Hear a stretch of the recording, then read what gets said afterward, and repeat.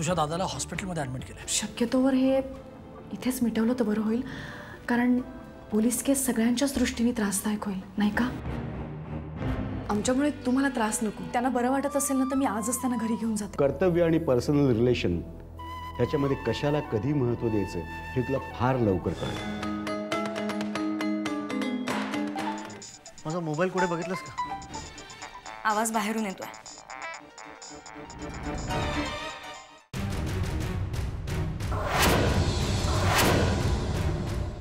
दादा दादा, अरे दादा दादा, वहिनी वहिनी.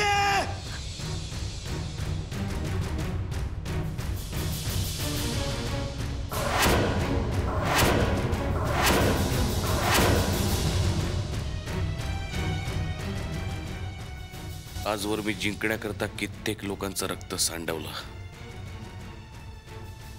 कित्येकांना वैकुंठाच्या प्रवासाला पाठवलं, पण आजपर्यंत कुणीही मला मारू शकलं नाही. कारण हर्षवर्धन भोसलेला मारण्यासाठी प्रत्यक्ष देवालाच पुढचा अवतार घ्यावा लागेल. पण आज मला स्वतःचं रक्त सांडावं लागलं. जगण्यासाठी खोटं का होईना पण मृत्यूच्या दारापर्यंत जावं लागलं. पण इट्स ओके. शेवटी जिंकण्यासाठी जन्म झालाय माझा. एका केसमध्ये काय अडकलो तर सगळ्यांना वाटलं संपला हर्षवर्धन भोसले. पण नाही, मी इतक्या सहजासहजी हारणार नाही. साम दाम दंड भेद काहीही वापरावं लागलं तरी चालेल, पण शेवटी जिंकणार मीच, हर्षवर्धन भोसले.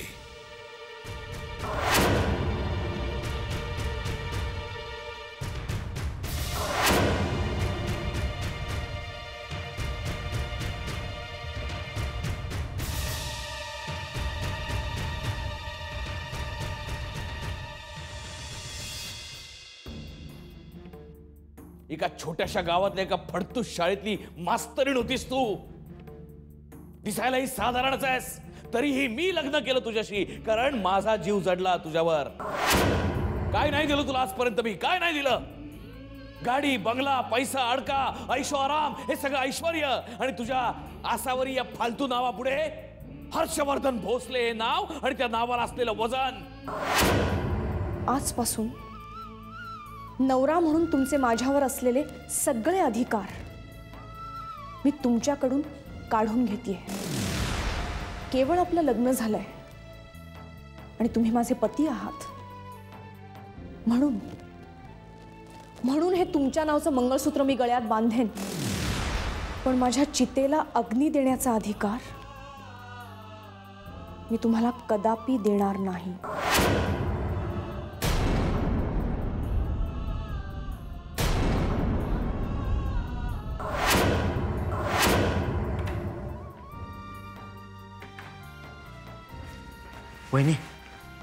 वहिनी, दादा शुद्धीवर आलाय. सारखं तुझंच नाव घेतो. त्याला तुला भेटायचं. वहिनी, काही बोलू नकोस त्याला तू.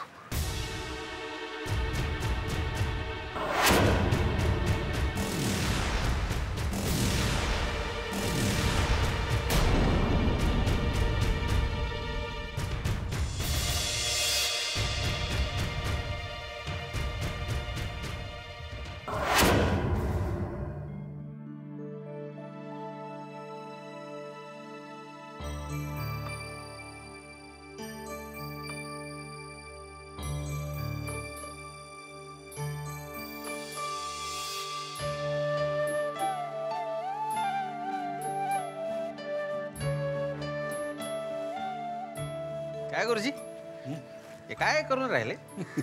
काही नाही, जेवण झालंय, जरा येरझाऱ्या घालत होतो पचन होण्यासाठी. नाही म्हणलं येरझाऱ्या घालता घालता जरा हे 2-4 पत्र तरी वाचा. पत्र कोणाची? हे आपल्या जिल्ह्यातल्या खेडेगावात आले आहेत माझ्याकडं तुमच्यासाठी. माझ्यासाठी पत्र तुमच्याकडे आलेत? तुमच्यासाठी पत्र माझ्याकडे आलेत गुरुजी. तर आमच्या गावात बंद पडलेली शाळा तुम्ही सुरू केली का नाही?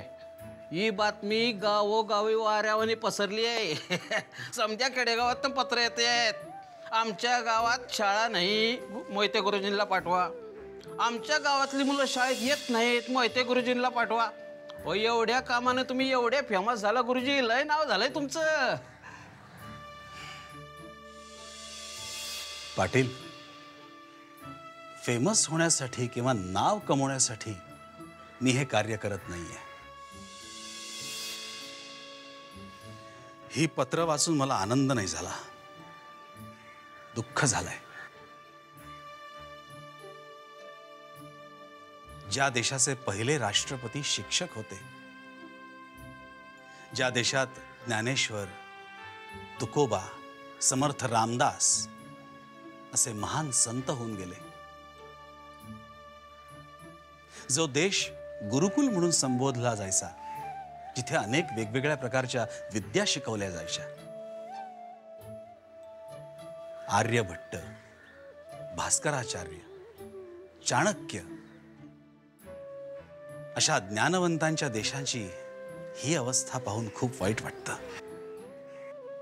आपण फक्त म्हणतो आपल्या देशाची प्रगती झाली, मंगळावर जायचे आराखडे बांधतो.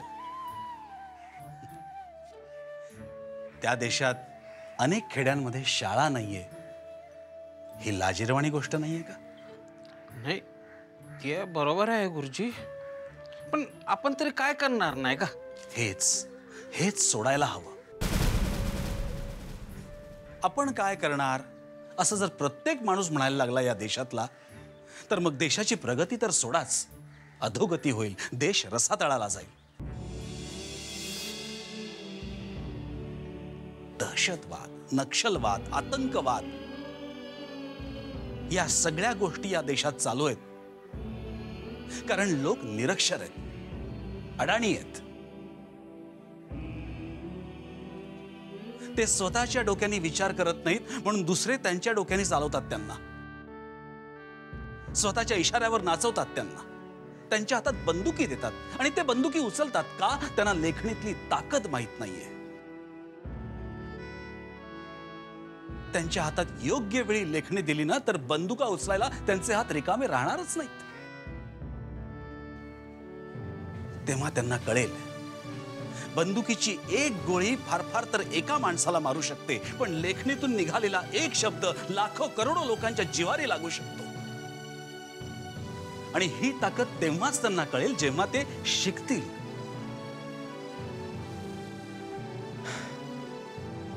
मी त्या दिवसाची वाट पाहतोय, ज्या दिवशी भारतात आपली ओळख सांगायला माणसाला अंगठा वापरावा लागणार नाही.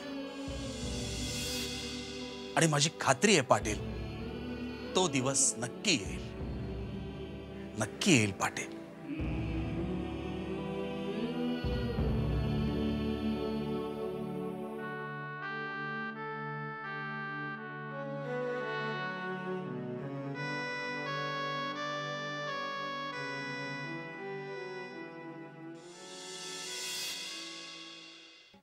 कशी आहे तब्येत आता? का वाचवलंस मला? डॉक्टरांनी तुम्हाला आराम करायला सांगितलंय. आधी मी जे विचारतोय त्याचं उत्तर दे. का वाचवलंस मला? तुझ्या नजरेतून तर मी पूर्णपणे उतरलेलो आहेच. तुला काही गरज नाहीये माझी. मी जगलो काय मेलो काय तुला काही फरक पडत नाही. मग असं असताना तू का वाचवलंस मला? माझ्या कपाळावरच्या कुंकवासाठी आणि माझ्या गळ्यातल्या मंगळसूत्रासाठी. म्हणजे हे सगळं शाबूत राहायला हवं म्हणून मी जगायला हवं? हे बघा. नाही नाही असं बरे. बरोबर आहे, तुझी काहीच चूक नाहीये, काहीच चूक नाही तुझी. खूप सहन केलंस तू आजपर्यंत, खूप. मला, माझ्या घरच्यांना, माझ्या या अशा तिरसट स्वभावाला खूप सहन केलंस तू, खूप त्रास दिला मी तुला, खूप त्रास दिला. तुझ्या जागी दुसरं कोणी असतं तर स्वतःच संपवलं असतं मला. पण तू अजूनही झटतीयस माझ्या जीवासाठी. मी जगावं अशी तुझी अजूनही इच्छा आहे. पण खरं सांगू असावरी, माझी इच्छाच नाही राहिली आता जगण्याची.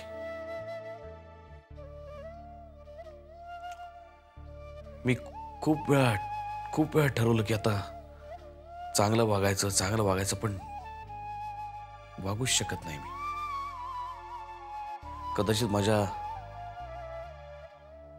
रक्ताचा दोष असेल हा. म्हणून ते घाणेरडं रक्तच मी माझ्या शरीरातनं काढून टाकायचं ठरवलं. म्हणून हे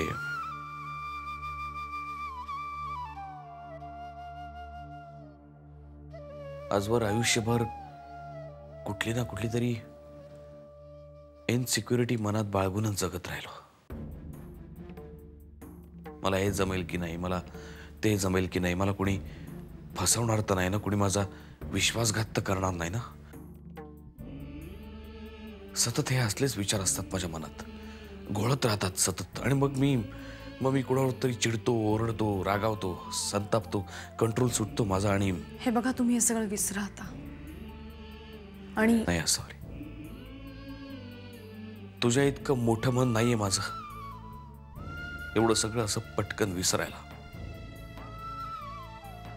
बाहेरून खूप कणखर वगैरे वाटत असलो मी, तरी मी आतून खूप कमकुवत मनाचा माणूस आहे. कसं विसरू मी तुला सोडून मी शारदाशी संबंध जोडले ते? कसं विसरू मी तुझ्याकडे डिवोर्स मागितला ते? पण काय करू मी असावरी? माझ्याकडे दुसरा काही पर्यायच नव्हता.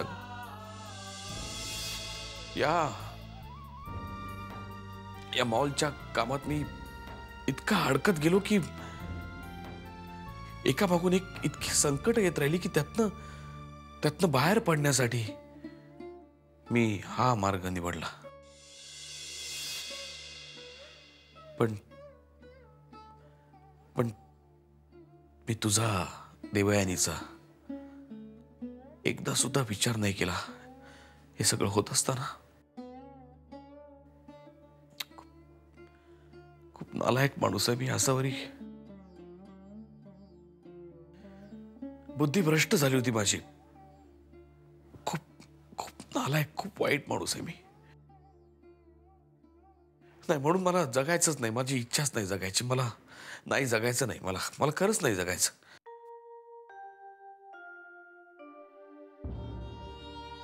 हे बघा, मरण हे कुठल्याच गोष्टीवरचं सोल्युशन नसतं. पण तसं असतं तर मी कधीच मरायला हवं होतं. पण मी अजूनही जगते. आणि म्हणूनच तुम्ही जगायला हवं. राहिला प्रश्न संकटांचा, आयुष्य म्हटलं की संकटही आलीच. त्यातून मार्ग काढत पुढे जाणं म्हणजे जगणं. संकटांना घाबरून मरण्याचा विचार करणं म्हणजे भेकडपणा. मला आशा आहे की तुम्ही तसं पुन्हा करणार नाही, कारण तुम्हाला ते शोभत नाही. झालं गेलं सगळं विसरा आता. आपण या विषयावर नंतर बोलू. तुम्ही आराम करा, मी डॉक्टरांना भेटून येते.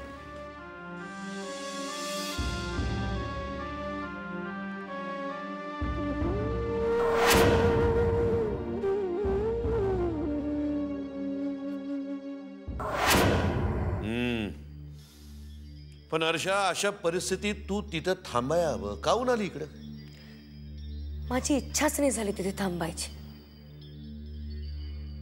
मला कळत नाही हा माझा प्रॉब्लेम आहे की काय, पण दादा करतात ती प्रत्येक गोष्ट आजकाल मला खोटी वाटते. काय गरज होती त्यांना असं काही करायची? हे तर मले बी नाही पटून राहिलं बघ. त्या भोसलेसारख्या माणसानं असं बुजदिलीचं काम करावं. मला वाटे का यातही त्याचा काहीतरी डाव असेल. नाही तर आत्महत्येचा विचार कसा काय करू शकतो हा भोसले? एक्झॅक्टली, मलाही तसंच वाटतंय. वहिनीला आणि घरच्यांना घाबरवून त्यांच्याकडनं सिंपथी मिळवण्यासाठी ते करतात. काही असलं हर्षे तरी ही घटना तुझ्या घरात घडली आहे. तुझ्या नवऱ्याचा मोठा भाऊ आहे तो. अशा परिस्थितीत तू तिथं असाया हवं. अरे त्या भोसलेसाठी नाही म्हणत मी, तुझ्या नवऱ्यासाठी, त्या आसावरीसाठी, त्यांच्या मनाच्या समाधानासाठी तरी तू थांबाया हवं. तुझी आई आता मामाच्या घरी गेलीये. ती इथं असती तर तू हात धरून तिकडे घेऊन गेली असती. पण दाजी माझ्या मनाला नाही पटत ते. आधीच त्यांचं आणि माझं पटत नाही. उगीच आम्ही दोघं समोर आलो आणि शब्दाला शब्द लागून उगीच वाद वाढले तर काय करणार? म्हणून नाही गेले मी हॉस्पिटलला. आणि राहिला वहिनीचा आणि आदित्यचा प्रश्न तर त्यांना समजावेन मी. जशी तुझी इच्छा. आता कशी आहे तब्येत भोसलेची? बरी आहे असं कळलं. मग तू काय आता इथं राहणार आहे का? नाही, संध्याकाळी परत जाईल. बर बर, मी जरा आपल्या ऑफिसला चक्कर टाकून येतो. संध्याकाळपर्यंत येईन. त्याच्या आधी जाणार असशील तर फोन कर मला. हो. हं? येऊ का मी? दाजी हा.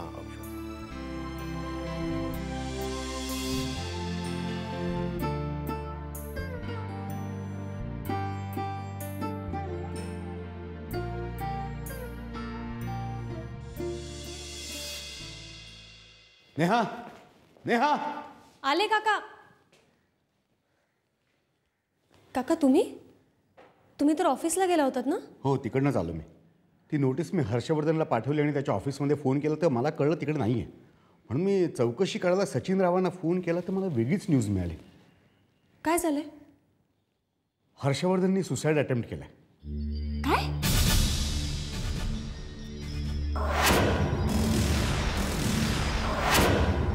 हो. पण नेमकं केलं काय त्यांनी? हाताची नस कापून घेतली. आणि आश्चर्य म्हणजे एकदा नाही, दोनदा. काय? हो, पण का? कारण नेमकं काही कळलं नाही. पण कदाचित हा त्याला झालेला पश्चात्ताप असू शकतो किंवा काय? त्याचा एखादा नवीन डाव.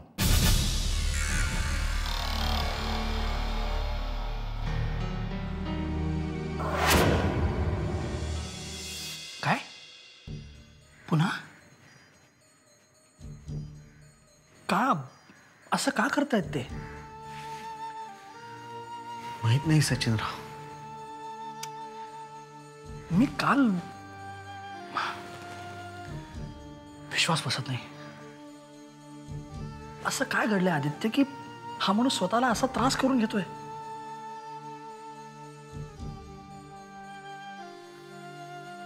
बरं, आसावरी कशी आहे? ती बरी आहे, पण ती पण काहीच बोलत नाही. बरं, कुठे आहे ती? डॉक्टरांना भेटायला गेली. संयोगिता? तिला सांगितलंय मी. खरं तर ती येणार होती माझ्याबरोबर, पण मीच नाही म्हटलं. शार्दूलचं वर कोणीतरी थांबायला हवा म्हणून. बरं, मी त्यांना भेटू शकतो का? हो. आता चला.